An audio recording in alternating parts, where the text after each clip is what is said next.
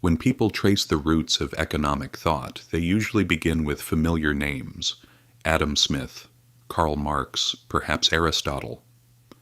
The story often skips forward to the birth of capitalism and the rise of central banking, as if serious reflection on money only began in modern Europe. But centuries before those debates, in a world far more interconnected than most history books admit, a scholar in the medieval Islamic world was already asking a question that still haunts every financial crisis today. What happens to a society when money loses its moral anchor? To explore that question, we need to step back nearly 1,000 years. It is the late 11th century. Europe remains fragmented, economically limited, and politically unstable. Meanwhile, across North Africa, the Middle East, and parts of Spain and Central Asia, urban life is thriving. Trade routes stretch across continents. Markets hum with merchants exchanging silk, spices, metals, and textiles. Intellectual circles debate philosophy, mathematics, medicine, and law with extraordinary intensity. In this environment of expanding wealth and cultural dynamism, a thinker named Abu Hamid al-Ghazali rises to prominence. Born in 1058 in Persia, he became one of the most respected scholars of his era. He was not simply a theologian, nor merely a legal expert. He moved between disciplines with unusual fluency: philosophy, ethics, law, and spirituality. But what makes him remarkable for modern audiences is not only his religious influence, it is his early and sophisticated reflection on economics. Al-Ghazali lived during a time of rapid commercial growth. Markets were expanding, wealth accumulation was accelerating, inequality was becoming more visible, and he sensed something unsettling beneath the surface prosperity. He began examining money not as metal, but as meaning. To him, money was never meant to be an object of worship or obsession. It was a medium, a tool designed to facilitate exchange. Its purpose was functional, not symbolic. Gold and silver themselves were not the ultimate measure of success. Their value existed only because people agreed to trust them. In one of his most powerful analogies, he described money as something that reflects value rather than containing it. Its importance lies in what it allows society to accomplish: trade, cooperation, productivity, and stability. When it serves those functions, it strengthens civilization. When it becomes an end in itself, distortion begins. One of his strongest critiques targeted hoarding. Wealth that is locked away and removed from circulation, he argued, harms the broader economy. Money that does not move does not generate opportunity. It does not support labor, stimulate trade, or create shared prosperity. When too much wealth concentrates and remains idle, the economic circulation of society slows. Scarcity emerges, not because goods are unavailable, but because exchange is obstructed. This observation feels strikingly modern. He was not condemning success. He was questioning stagnation.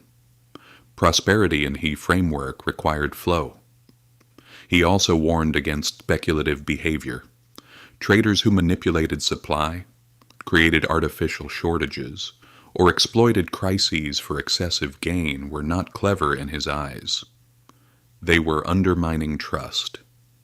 And trust, he believed, was the invisible infrastructure of any economy. Markets do not function merely through laws and contracts. They function because participants believe that others will act with basic honesty. If deception becomes normalized, transaction costs rise. Suspicion spreads. Cooperation weakens. Eventually, the entire system becomes fragile. Long before modern economists develop a terminology like information asymmetry or moral hazard, al-Ghazali recognized their practical consequences. when information is hidden or distorted, when profit is pursued without contribution, social cohesion deteriorates. He also reflected deeply on labor. Work, he argued, carries dignity. Wealth earned through effort cultivates discipline and responsibility. Wealth gained through exploitation erodes character and destabilizes communities. His concern was not moral preaching, it was structural analysis. Societies thrive when individuals contribute value. They decline when extraction overtakes production. Perhaps even more striking was his stance on currency manipulation. During his lifetime, rulers sometimes reduced the precious metal content of coins to stretch state budgets. The practice effectively functioned as a hidden tax. Al-Ghazali condemned this sharply. Debasing currency was not administrative convenience. It was a breach of public trust. Money depends on belief. When authorities quietly alter its integrity, that belief weakens. Once confidence erodes, people search for alternatives. They hoard stronger currencies. They abandon unstable ones. Inflation accelerates. Economic uncertainty spreads. History has demonstrated this pattern repeatedly. When citizens lose faith in their monetary system, the damage extends far beyond price levels. It affects political stability, social unity, and long-term growth. Al-Ghazali understood something fundamental. Economies collapse less often from resource shortages than from trust breakdowns. He observed political fragmentation, rising taxation, and fiscal desperation in his era. Leaders, facing pressure, frequently turned to short-term economic manipulation. But he believed corruption at the top cascaded downward. When rulers acted unjustly, merchants felt justified in dishonesty. When institutions failed to uphold integrity, individuals abandoned restraint.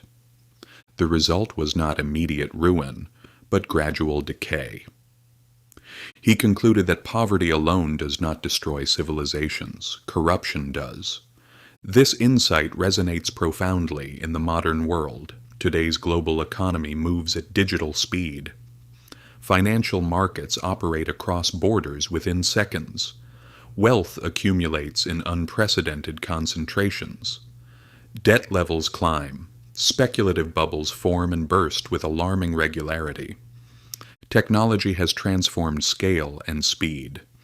Human psychology, however, remains largely unchanged. Fear drives hoarding. Greed fuels speculation. Short-term gain tempts policymakers. Incentives shape behavior more powerfully than rhetoric. Al-Ghazali's broader lesson was that economic systems cannot be separated from moral frameworks.